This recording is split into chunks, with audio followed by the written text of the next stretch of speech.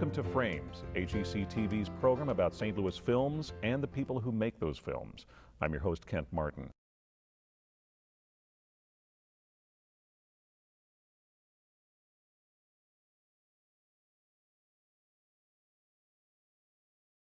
Many documentaries, the producer of the documentary tries to remain as objective as possible to really present, a piece of history or an event as straightforward as possible. Was it a challenge for you, being the son of Alfonso J. Cervantes, to be objective, or did you feel that your passion for the topic, so to speak, helped in some way? Well, that's a good question, and it's ironic because I've been involved in filmmaking for a long time. That's not my primary business now. I'm involved in finance, but I financed and produced a number of feature films and television productions in the 80s and early 90s. And when you make a feature film, fiction and actors and all that, you never think really about objectivity. You're telling a story at end of day.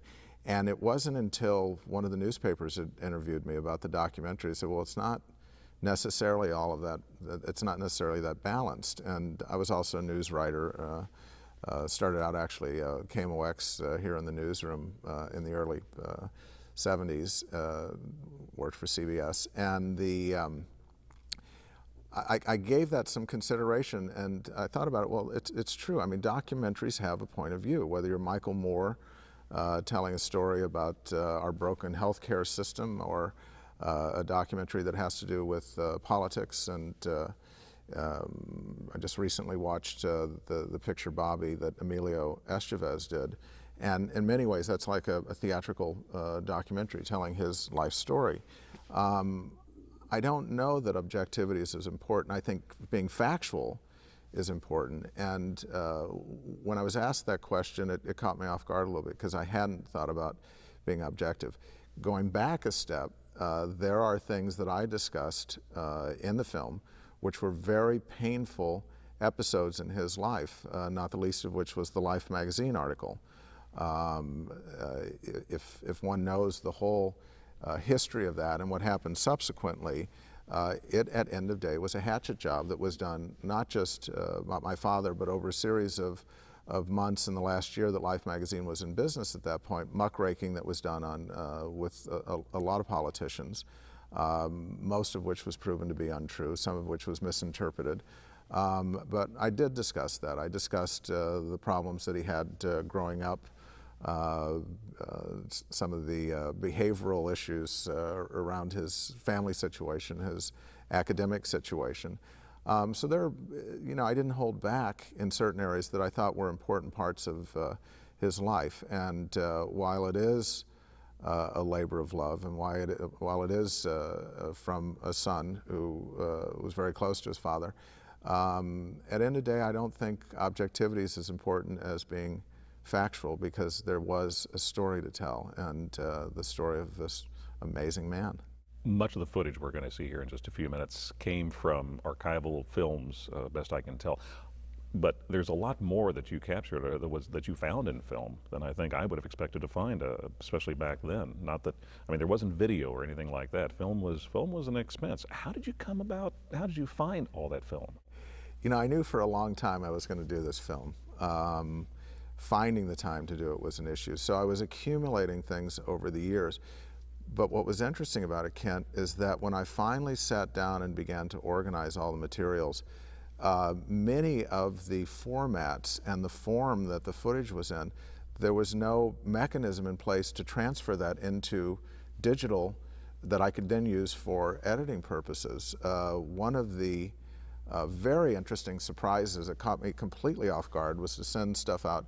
I was living in Los Angeles when I produced the picture, and again, I have a strong background in film. And we had a mag stripe, whatever it's called, 16 millimeter, which has the audio track which runs on top of the film. It probably hasn't been used, my guess is for 25, 30, maybe even 40 years since that kind. there was nowhere in Los Angeles that we could find where I could get it dubbed, and we ended up finding some small shop in Arkansas, of all places. Here I am in Los Angeles, the film capital of the world, and had it transferred. And when it came back, it was footage of my uncle, Father Cervantes, who recently passed away, remarkable man, and interviewing my grandmother, my paternal grandmother, on camera in the mid-50s on the Sacred Heart Hour through St. Louis University. And I always said that my positive energy and thinking and outlook came from my father hearing my grandmother, who passed away when I was in my early teens, on camera talking about the importance of positive thinking and keeping negative energy and thoughts out of your processes. And I realized that to a great extent my father inherited that from his mother, who was also a remarkable woman. So, and the footage was so crisp and pristine, it was like I didn't realize what I had. I mean, I had political commercials, I had B-rolls of political commercials where I had no audio, but I had him in the political commercials. So there were lots of little treasures that were uncovered in the process, because I'd been schlepping the stuff around for years, and it was in file cabinets and all of that. And then finally was able to sit down, have everything that I had converted into digital, so we can then start to work with the footage. And particularly when I saw the footage of my uncle and my grandmother from the mid-50s, and then other things like the political commercials and things like that, that I had audio tapes that weren't properly marked, interviews on KMOX or where he was making speeches. One of the things that I did have and kept all those years was interviews that he had done as the background for his book. So when he sat with a gentleman by the name of Peter Simpson, who was involved in his administration, Peter lived for many years in the Central West End, great guy.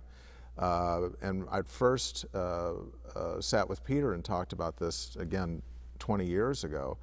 And we had the tapes from those interviews that my dad used to do on Saturday morning down at City Hall. They were never designed for broadcast. We had to do a lot of work on them to make them audible, properly audible, and then ended up doing a lot of subtitles, because even then you couldn't exactly tell. But to hear all of this stuff in my father's voice, and I hadn't heard my father's voice for a number of years, so particularly as the son, as a child of a parent, where all of a sudden you hear this voice, and then to have it amplified and then tied to footage and all of that, it really brought it back to life. It brought the eras and the times that and the experiences that we had back to life. So it was an interesting process, taking and converting these materials, and then using all of these odds and ends, and you can call it memorabilia, some of it was debris basically, and then reformulating it to tell the story. And those audio tapes actually ended up being a wonderful treasure as well, and listening to, and there was so much that I couldn't use in the film, just for the sake of somewhat, there's actually two versions, as you're aware, a long version, a short version, a shorter version. But it could have gone on for hours had I chosen, and it was just great stuff, great materials, and again, this took quite a long time to do, but I loved every minute.